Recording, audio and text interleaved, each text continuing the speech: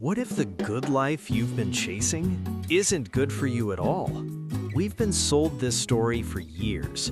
Endless productivity, bigger bank accounts, better titles, more side hustles, 4 a.m. wake-ups, rise and grind until you drop. But in 2026, with burnout rates hitting all-time highs, 66% of workers in the US alone reporting some form of exhaustion. Maybe that relentless pursuit isn't leading to success. Maybe it's quietly stealing the very things that make life worth living. Today, we're asking the uncomfortable question: does a truly good life extend way beyond just being productive? Or have we been measuring human flourishing with the wrong ruler all along? Let me be honest. A couple of years ago, I was the poster child for hustle culture.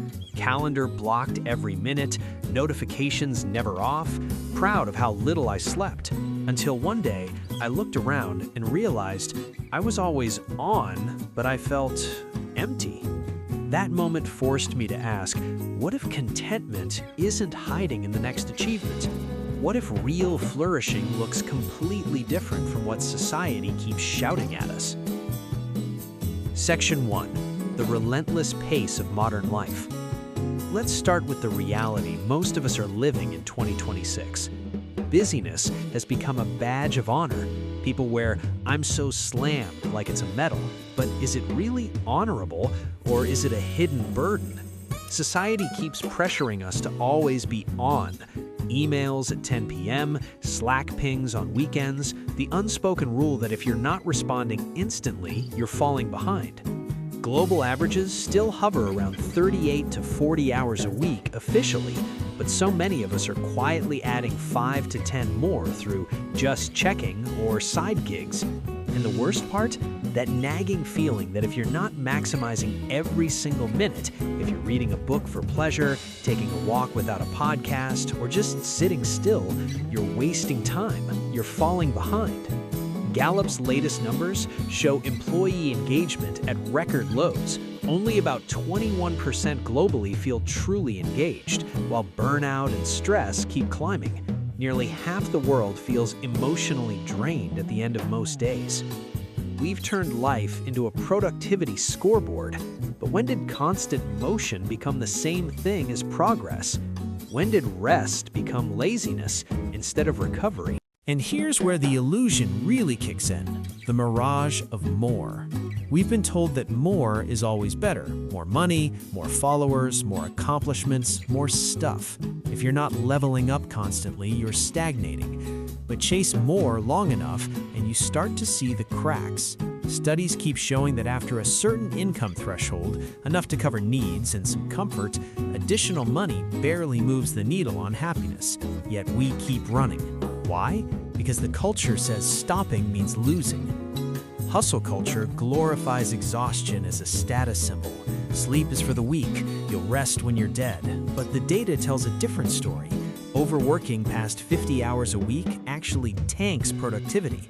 Burnout costs economies hundreds of billions in lost output every year. The mirage promises that one more level will finally make you feel enough. But when you get there, the goalpost moves again, and you're left tired, disconnected from friends, missing family moments, wondering why success feels so hollow. True contentment isn't found in endless accumulation. It's often hiding in the things we sacrifice while chasing more. Deep relationships, quiet mornings, hobbies with no ROI, time to think, time to breathe. Closing, redefining success and flourishing. So what does human flourishing actually look like beyond the grind?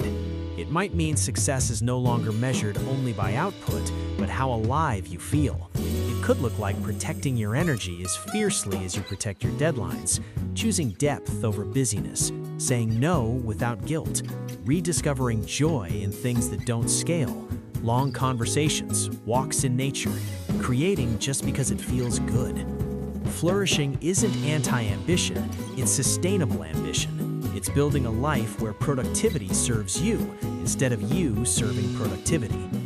In 2026, the most revolutionary act might not be working harder, it's daring to work slower, rest deeper, and define good on your own terms. So here's my question for you.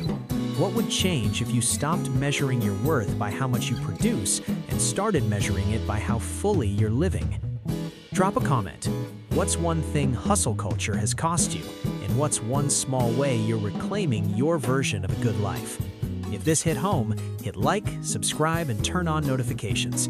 We're exploring more ways to live intentionally in a world obsessed with more. Thanks for watching.